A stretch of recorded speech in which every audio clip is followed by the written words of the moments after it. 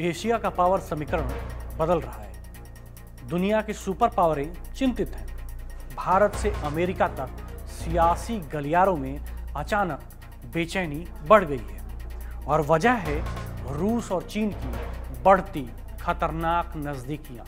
नमस्कार, मैं हूं आपका आदर्श और आज हम बताने जा रहे हैं वो खबर जो ग्लोबल सिक्योरिटी स्ट्रक्चर की नींव तक हिला दी है। ड्रैगन और बियर दुनिया के सबसे डरावने वॉर रूम में साथ बैठे। हाल ही में चीन की पीपुल्स लिबरेशन आर्मी के सबसे टॉप लेवल के जनरल्स का एक प्रतिनिधिमंडल चुपचाप रूस पहुंचा। लेकिन यह कोई सामान्य दौरा नहीं था।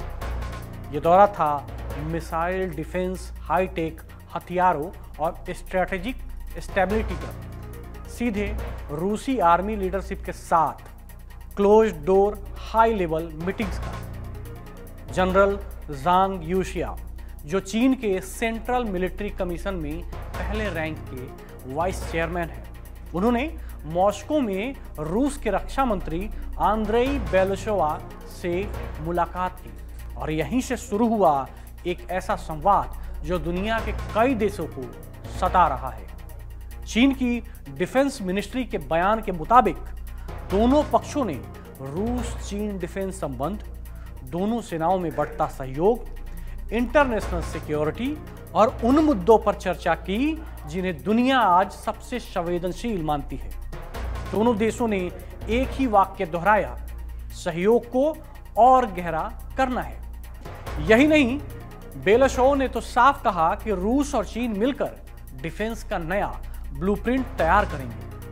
स्पुतनिक के मुताबिक इसे आपसी भरोसे और एक दूसरे के हितों की समझ पर आधारित मिलिट्री पार्टनरशिप बताया है। दुनिया की यह सबसे खतरनाक लाइन है क्योंकि अमेरिका, यूरोप और भारत अच्छी तरह जानते हैं कि जब रूस और चीन एकमत होते हैं तो इंटेलिजेंस एजेंसियों की नींद उड़ी रहती है। मॉस्को में दोनों देशों के प्रतिनिधिमंडल ने मिसाइल डिफेंस और स्ट्रैटेजिक स्टेबिलिटी पर बहुत गहराई से बातचीत की। इस मीटिंग की कमान रूस की तरफ से एंड्री मालियुंगिन और चीन की तरफ से ली चिंजियांग ने संभाली। दोनों ने खुलकर चर्चा की, कौन कौन से हथियार सिस्टम दुनिया के लिए स्ट्रैटेजिक खतरा बना रहे हैं, किस देश से किस मोर्चे पर खतरा बढ़ रहा है और भविष्य में दोनों कैसे मिलकर प्रतिक्रिया देंगे, जवाब देंगे। और इसी बीच वो खबर आई जिसने अमेरिका और भारत की चिंता कई गुना बढ़ा दी।